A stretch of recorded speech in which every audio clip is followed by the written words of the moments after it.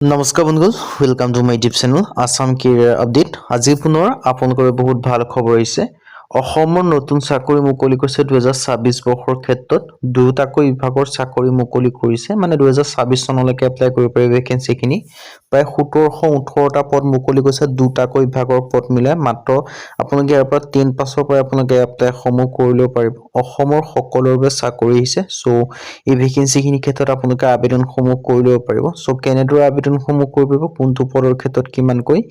as criteria বিচাৰিছে qualification বিচাৰিছে selection প্ৰসিডিউৰ বিচাৰিছে অৰ্হতা কিমান বিচাৰিছে সকলোখিনি কথা এই ভিডিঅ' যোগে আলোচনা কৰিব সো ভিডিঅ'টো ভাল হয় ভিডিঅ'টো লাইক কৰিব লগৰ চেনেল সাবস্ক্ৰাইব কৰি দিও আৰু ভিডিঅ'টো আৰম্ভ কৰো ভিডিঅ'টো আৰম্ভ কৰাৰ আগতে মই আপোনালোকক জনাই দিব বিচাৰিছো আগন্তুক হ'বলগীয়া যেটো EDA 3.0 এক্সাম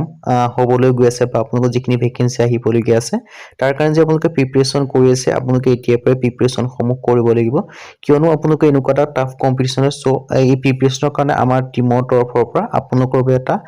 EDA 3.0 আৰু বাবে এটা কোৰ্স প্ৰস্তুত কৰি লোৱা হৈছে তাৰ লগতে আপোনালোকে এই কোৰ্সটো EDA 3.0 গ্ৰেড 3 গ্ৰেড 4 লগতে আসাম পুলিচৰ কাৰণেও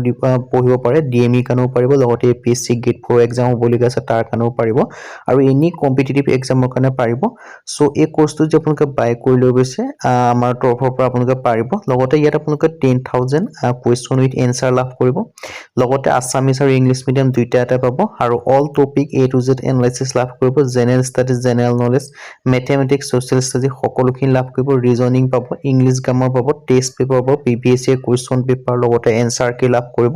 আৰু এই কোৰ্সটো 2026-27 বৰ্ষৰ ওপৰত বেছ কৰি বনোৱা হৈছে আৰু এই কোৰ্সটো অৰিজিনাল যেটো প্ৰাইস হয় 999 টকা কিন্তু আপোনালোকৰ বাবে এটা লিমিটেড টাইমৰ 50% অফাৰ দি থকা আছে মাত্ৰ 499 তাৰ কাৰণে আপোনালোকে আমাৰ WhatsApp নম্বৰ স্ক্ৰিনত দেখিছে তাত আপোনালোকে মেছেজ কৰিলে আমাৰ তৰফৰ আপোনালোকে কোৰ্সটো বাই কৰি ল'ব মই আপোনালোকক WhatsApp নম্বৰটো জনাই দিছো 9707829180 ইয়াৰ আপোনালোকে জাস্ট WhatsAppত মেছেজ টা কৰিলে হ'ল আমি আপোনালোকৰ পেমেন্টটো কৰি দিব তাৰ পিছত আমি আপোনালোকক কোৰ্সটো সেন্ড কৰি দিয়া হ'ব সো আহক আজি ভিডিঅ' আৰম্ভ কৰো ইয়াৰ আপোনালোকে কৈছে প্ৰথম যেটো বিভাগ মুকলি কৰিছে হেতু মুকলি কৰিছে আপোনালোকক কোৱাজাৰ জুডিচিয়াৰী ফালৰ পৰা ইয়াৰ ক্ষেত্ৰত আপোনালোকৰ 2025 বৰ্ষৰ ক্ষেত্ৰত ভেকেন্সি মুকলি কৰিছে পিয়নৰ ভেকেন্সি সো যদি আপোনালোকে পিয়নৰ ভেকেন্সি ক্ষেত্ৰত আপোনালোকে এপ্লাই সমূহ কৰিম বুলি ভাবিছিল তেনে আবেদন সমূহ কৰি ল'ব পাৰিব প্ৰথমটো বিভাগ হয় পিয়নৰ ভেকেন্সি মুকলি কৰি দিছে কোৱাজাৰ জুডিচিয়াৰী ফালৰ পৰা সো 2/1/2026 মানে জানুৱাৰী মাহৰ 2 তাৰিখ পৰ্যন্ত ভেকেন্সি খিনি ক্ষেত্ৰত আবেদন সমূহ কৰি ল'ব পাৰিব পিয়নৰ ভেকেন্সি মুকলি কৰিছে সো কোৱাজাৰ জুডিচিয়াৰী ৰুকিপিনৰ ফালৰ পৰা যেটো ভেকেন্সি মুকলি কৰিছে ইয়াৰ ক্ষেত্ৰত এটাকৈ ভেকেন্সি দেখিবলৈ পাব মিনিমাম এডুকেশন কোৱালিফিকেশন 8 পাস কৰিলে আপোনালোকে এপ্লাই সমূহ কৰি ল'ব পাৰিব জব টাইপ হৈছে আসাম গভৰ্ণমেন্টৰ জব হয় এপ্লাই মোৰ দেখিব হৈছে অফলাইন যোগে পাৰিব আৰু পোষ্ট নেম দেখিব হৈছে পিয়নৰ ভেকেন্সি আছে এটাকৈ আৰু এডুকেশন কোৱালিফিকেশন মিনিমাম 8 পাস হয়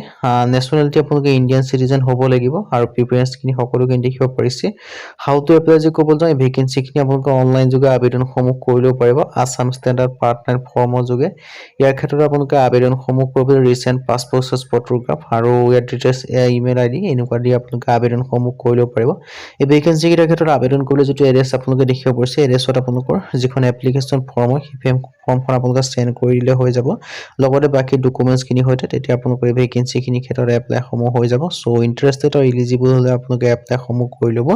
পাৰিব এতিয়া হলে 2 নম্বৰ যেটো বিভাগৰ ফালৰ পৰা মুকলি গৈছে 2 নম্বৰ যেটো বিভাগ মুকলি গৈছে হৈছে Assam police recruitment ABUB vacancy প্ৰায় 1715টা কৈ ভেকেন্সি মুকলি কৰিছে